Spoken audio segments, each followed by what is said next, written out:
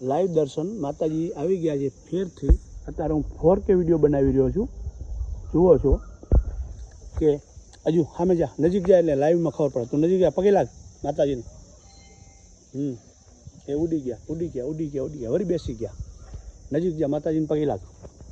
એ નજીક સામે આવી જાય એટલે ખબર પડે.